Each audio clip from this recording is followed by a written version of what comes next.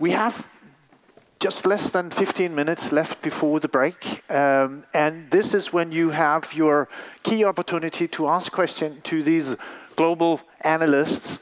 There are microphones somewhere in the room, over there, and I think one there.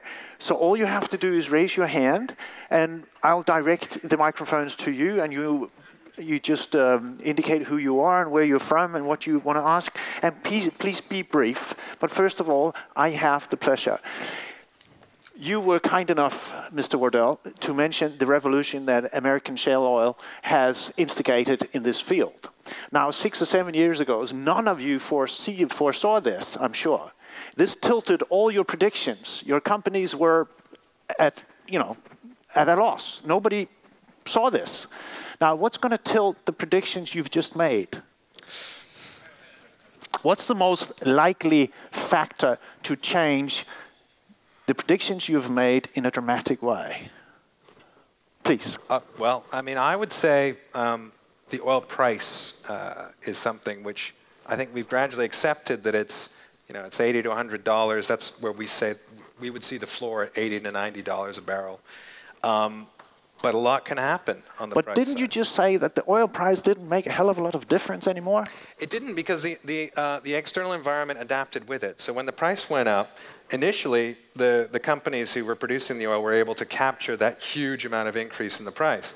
But the fiscal regimes changed, and they capitalized on readjusting their fiscal systems so that they could capture more of that pie, which meant that then the cost increase, which went along with it, was much more the burden of the producers than it was of the resource holders in terms of national governments. Right. And so that readjusted it back. But we're all sitting here, I think, and I don't know what the forecasts of everyone else is, but I think we're all assuming that it's a high price environment with demand constantly moving ahead. Maybe that changes. And if that changes... Mr. McConnell, what's going to change your prediction dramatically? Which factor would you most likely see, which is most likely to change more than you have indicated here? A big left field risk, I think, is energy storage. I think I showed you a pretty small slice for renewables. Renewables have been coming, especially solar, have been coming down in cost a lot lately, but there's still an intermittency problem. You can't generate electricity when the wind's not blowing, can't generate when the sun's not shining. Yep. If you were to see some sort of step change or advance in the ability to capture and store that energy at a cost-effective way, then you could see a very, very dramatic increase in the share of renewables in the global energy system from what I presented today. Would that change? I mean, we saw the slice of renewables in 2030. They were still, in your predictions, very, very thin. Mm-hmm. Would that change the overall balance? Is it that dramatic? Yeah, I think you could certainly see, in the electricity side, renewables taking significant market share from other fuels, specifically high-polluting fuels like coal, but even potentially gas as well in the power sector, if the costs are if the costs make sense. And where would the storage? Well, let's leave that. Thank you very much, Mr. Webb. In the North Sea, that's your specialty. That's your field. Yep. Which is the most, let's say, unpredictable factor? I think that comes down to technology, the advances that we've seen in the oil and gas sector. And one thing we do forget is how intellectual our sector is. There's a lot of really clever people doing a lot of clever things. Mm-hmm. And in the future, we can't predict the technology advances. And with the industry becoming more global, great ideas are being shared on a more frequent basis. What we've seen in the US, although they have had advances in fracking, they talk about unconventionals 3.0, which is when they're going back to conventional onshore oil fields and applying these technologies. Now, we've been doing that in Europe for a long time. The German sector is built on this, or was built on it. So that sharing of knowledge is going to be vital and a factor none of us can consider. Mm-hmm. Mr. Wardell, I think you put it in this way, that the actual technology change that started the shale gas revolution in the US wasn't really all that dramatic. Technologically speaking, this was no real revolution. Now, why were everybody then taken by surprise? Well, again, it's one of those things where two things collide, right? So you have price on one side, and you have cost and technique on the other. They fall low enough, and you start to apply them. And honestly, I mean, not that many people thought about things like tight oil. It was considered more like kerosene. It was one of those, exotic resource bases that you were just not ever going to exploit. But I think once the price got high enough, and people actually said, well, actually, let's give this a try. Let's see if this is really viable. And I think that once you had success, people hit sweet spots. They realized actually the return on some of these wells more than offsets the cost of drilling it. Then I think it suddenly became a much greater thing. So we never thought that scale was possible until someone tries it, and the reason why someone tries it is because they accept a higher price environment. You don't know where those switches come on, but that's why I say it's more a sliding scale than a hurdle, and things always, they change in fairly unpredictable ways. I have a problem. I'm looking this way, but I should be looking at you to see if anybody raised a hand, but I don't think I missed any, which is somewhat surprising. But the more the better, because I get the time then. Now, Simon Wardell, I think both of you were very clever in indicating the change in the nature of the likely investors in the North Sea in the future. I think this is hugely exciting to this particular audience. So could you elaborate on that? You said in your company you had this wonderful term for it, others. I like that. Who are they? And who are the most likely others to invest in the marginal fields in the Danish part of the North Sea in the foreseeable future? Yeah, so I think one of the main trends that both I and Simon spoke about is how majors are divesting from the North Sea, who have historically been large investors into our fields and developments. And what's been left is a changing environment where small cap companies, for example, where smaller finds can still be material on their portfolios, they're the kind of key players that are moving into this. The problem they have is in this current environment, financing is a big issue for these smaller players. And that's where we've seen the emergence of things like private equity. In the US, private equity has actually taken non-operating stakes in shale plays. In Europe, we actually see it more as backing smaller private equity companies. And we've seen a huge wave of these small caps backed with large investment from these private equities in exploration and in development. And that's something I think we'll see continue. Mr. Wardell. Yeah, I mean, I think as I mentioned before, really, it's smaller companies have, less.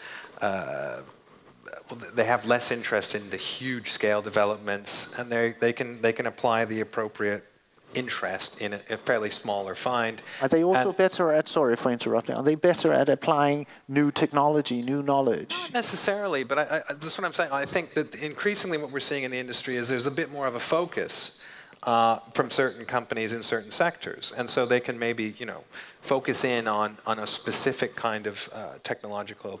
For example, the tight oil producers very much focused on fracturing, and perhaps, as we heard, you can use those techniques. They're not just applicable in tight oil; they're widely applicable. Or you can focus in on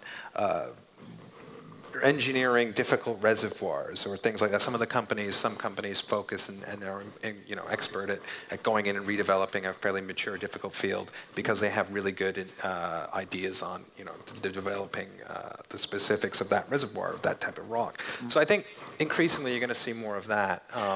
Mr. McConnell, in a minute, I will invite representatives of regulating authorities, the governments basically, up here to address us from different North Sea countries.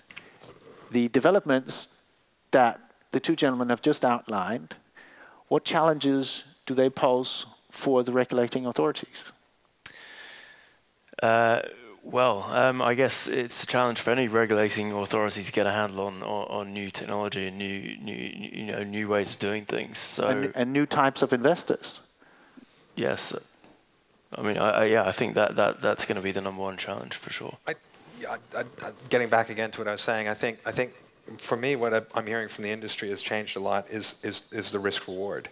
And I think that regulators need to understand that if you're investing in mature fields and really you're going back and trying to extract the most from the field that you can, your reward isn't necessarily going to be that great unless you can keep control of costs and you can keep on top of things like that. The oil price environment is something you just can't control. And so I think you need to understand that they're taking on a great deal of risk. And so I think the regulatory regime needs to understand that those investments don't take place in isolation. I think a lot of people in the audience would agree very much with that particular point. Very salient. Thank you, gentlemen. No, one last chance. Anybody? Yes, please. Tobias Steiner, PwC. Do you see any possibility of the U.S. Political ban on hydrocarbon exports being lifted, and what would that mean for oil prices, also in terms of the West Texas Intermediate, Brent gap, and so on? Thank you very much. Mr. Wardell, I think that would be for you, but I'd like you to answer first. At Wood Mackenzie, we don't have that lifting of the ban in our base case at the moment, although certainly something that is being talked about more. And I think if you were to see additional, upside surprises to U.S. oil production, perhaps the calls for lifting of that ban might be, even louder and perhaps even, lead to some sort of rethinking around that policy. But for the time being, it's not part of our base case. Mr. Wardell. Well, actually, it is. We think the ban will be lifted around about 2015, 2016. We actually have a difference of opinion. We think it'll be lifted around about 2015, 16, mainly because the U.S. refining industry just can't cope with the amount of light oil. It makes sense to actually get the oil out of Cushing, Oklahoma, so that the impact will be to lower the price of oil globally, raise the price of WTI relevant to Brent, and mean that people outside of Oklahoma can pay a lesser amount for their oil as well. Well, take your pick. Anybody else? Yes, please. Jens Hofmark. I'm representing the International Association of Drilling Contractors. We heard today that spendings are going down and cost is going up.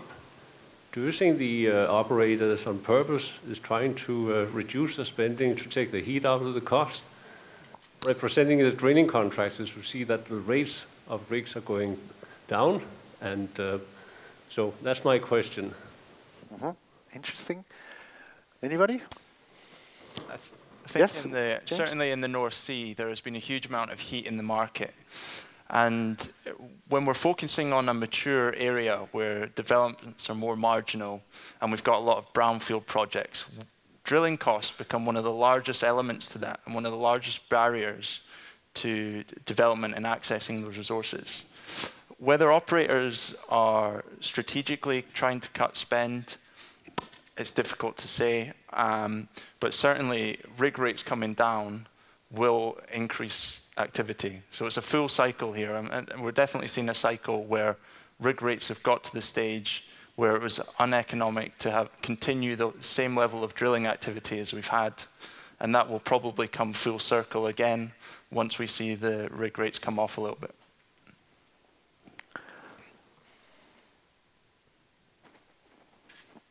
Thank you, gentlemen. Give them a hand. Thank you. Please.